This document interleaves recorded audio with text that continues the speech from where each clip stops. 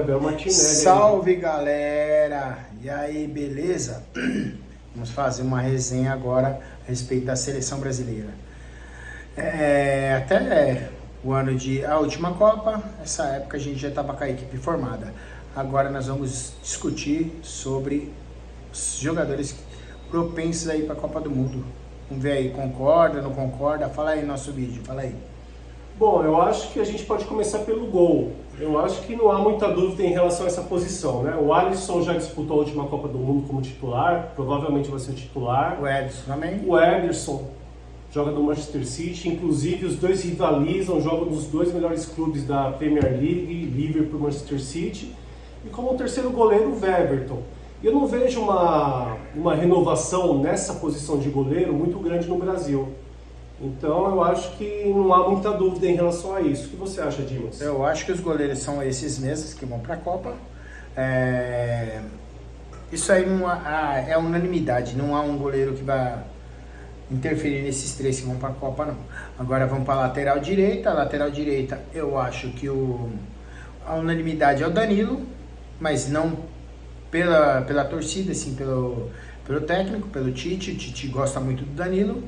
O Daniel Alves surge como um propenso a ir para a Copa, mas ainda não é um garantido, porque nós temos por fora, nós temos o Royal, o Emerson Royal, temos sugeriu o Fagner e entre outros, mas eu acho que quem vai para a Copa deve ser o Danilo e o Daniel Alves. Eu concordo com você, Dimas, e eu digo mais. Em relação ao Daniel Alves, eu acho que é uma dívida que o Tite sente que tem com o Daniel Alves, porque na última Copa o Daniel Alves se machucou. Sim. E o Fagner o substituiu muito bem. Porque a gente pode lembrar, o Danilo também se machucou na última Copa, e quem jogou as partidas do Brasil na Copa de 2018 foi o Fagner. Jogou muito bem, aliás. O Emerson Royal eu não acredito não, ele é um lateral de mais força, é bom, mas eu acho que vai ficar entre esses dois mesmo, né? O Daniel Alves já tem quase 40 anos, vai ser um dos jogadores mais velhos do Brasil a disputarem uma Copa do Mundo. Mais velho que o Thiago Silva, e vamos falar a seguir. A zaga, agora nós vamos pro miolo de zaga. Miolo de zaga eu acho que o Marquinhos é garantido, o Thiago Silva garantido, temos também o Gabriel Magalhães e o Lucas Veríssimo. E o zagueiro do Real Madrid, o Militão, então, mas a última vaga eu acho que está entre o Veríssimo e o Gabriel Magalhães. Eu acho que o Gabriel Magalhães é o mais cotado para essa vaga.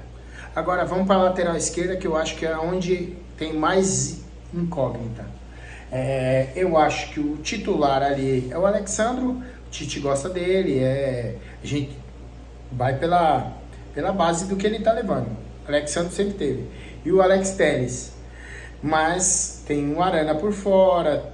O Lodi eu acho que não vai. O que você acha aí na esquerda? Eu acho que o Lodi no Atlético de Madrid joga mais como um ala. Então eu acho que o Lodi não se enquadra muito no esquema do Tite.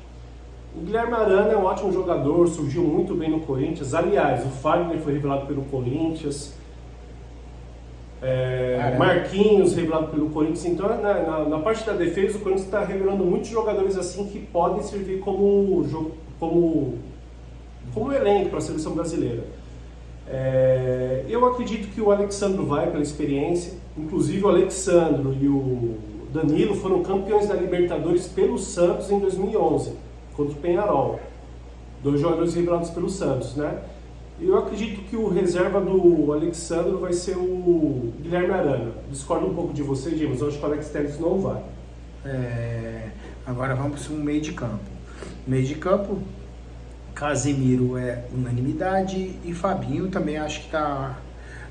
Agora tem muitos palmeirenses falando de Danilo, que eu acho que Danilo pode ser para a próxima Copa, mas para essa Copa eu acho que Danilo não tem condições, mesmo porque pela qualidade do Casemiro e do Fabinho. Você? Não, o Danilo realmente é um jogador muito promissor, já mostrou que é uma realidade. Mas o Fabinho e o Casemiro na posição de primeiro volante, eu acho que no mundo, talvez o Kanté rivalize com eles na posição de primeiro Mesmo volante. assim, o Kanté não está numa boa fase, né? É reserva no Chelsea. Sim, sim. Então, acho que o Fabinho joga muito no Liverpool, o Casemiro, titular do Real Madrid, tricampeão da Champions.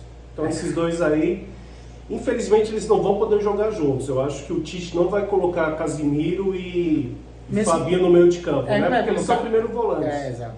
Agora, para segundo volante, na minha opinião, deve ir o Fred, Bruno Guimarães, mas a minha opinião seriam esses dois. Você, Henrique? Na minha também, eu acho que o Arthur perdeu muito terreno, eu acho que aquela amizade com o Neymar não prejudicou demais. Eu acho que o Arthur perdeu um pouco o prumo. Sim. Apareceu como grande promessa no Grêmio, foi para o Barcelona, foi vendido para a Juve, se machuca muito, nem sempre é titular na Juventus, então eu acho que como segundos volantes vão ser o Fred, né, que eu acho que será o titular, realmente é um bom jogador. Apesar de não ter muita altura, mas ele dá muita dinâmica ao jogo, ele vai da defesa ao ataque, da ataque à defesa. Box in box. Box to box, exatamente. Então eu acho que serão esses dois como segundos volantes. Sim. Agora na frente deles, muita gente pedindo Veiga e tal. Não é porque eu sou corintiano, ele é palmeirense. Não é. A gente está sendo coerente. Veiga não tem condições, na minha opinião, porque ele disputa a posição com o Paquetá, que está numa fase excelente, Coutinho jogando demais. Então eu acho que não, esses dois aí, o Veiga não é melhor que eles, na minha opinião. E você? Sim, tem o Everton Ribeiro também, que nem melhor meia do Flamengo ele é. O Rascaeta, para mim, é melhor que o Everton Ribeiro, né? E o Everton Ribeiro... Tite convocou o Rascaeta! Chegou a ser cogitado, assim como Tite provável convocou o convocado, mas Rascaeta! realmente eu acho que o Coutinho, depois que saiu do Barcelona, se reencontrou com o Gerrard no Aston Villa. Então eu acho que o Paquetá como titular, porque o Paquetá, além de tudo, ele volta para marcar, ele tem muita força física, tem corpo, chuta muito bem de fora da área, é um jogador canhoto, habilidoso. Então, e o Coutinho se recuperando. Então, eu acho que serão esses dois jogadores para formar o meio de campo do Brasil. Sim. E agora a gente vai para o ataque. Pro ataque, que eu acho que é a posição que tem mais, o Tite mais opções. o Tite, querendo ou não, ele é um treinador que joga mais marcando, ele é mais recessivo. Então vamos lá. Quem está garantido, na minha opinião, ali pelo lado esquerdo, é o Vini Júnior, Neymar, Rafinha e o Rafinha. Esses são os titulares, na minha opinião. Então, por fora desses aí rola o menino do São Paulo, o Antony. Que concordamos que provavelmente deve ser nas próximas Copas, vai ser titular.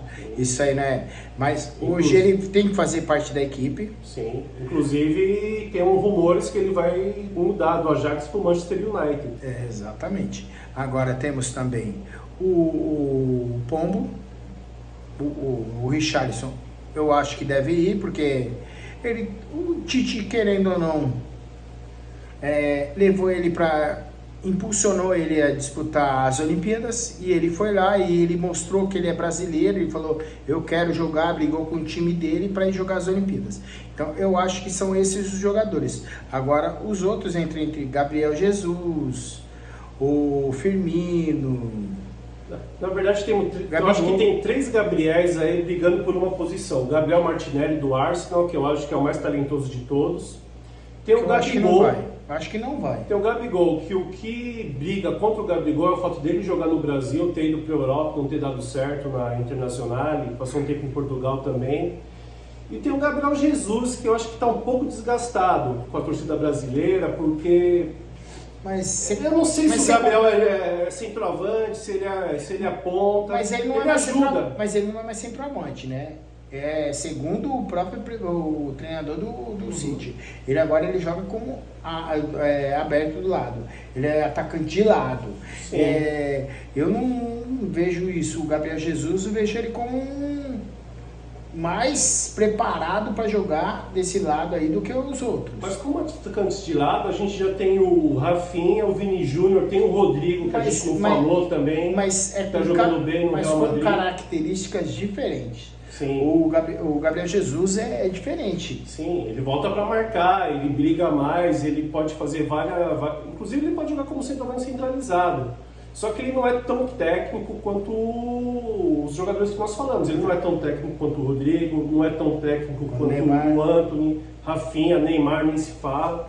Então acho que o Gabriel Jesus está um pouquinho atrás nessa corrida, mas eu acho que o Tite pode surpreender, que é um jogador de caráter. Mas ele tá na frente do Gabigol, sim, com do certeza. Martinelli. Também. Então tem que ver isso aí. Só que e tem a questão do Pedro também, porque se vocês repararem, o Brasil não tem um centroavante como teve em outras Copas, como o Fred, Luiz Fabiano, que eram centroavantes típicos, aqueles matadores que servem como referência. Na minha opinião, não vai ter também. Porque o Pedro, ele não tá jogando nem no Flamengo, pois não vai jogar. Isso então... depõe realmente contra o Pedro. Então, será que o Neymar vai ser o tal falso 9? Então, eu acho que é isso.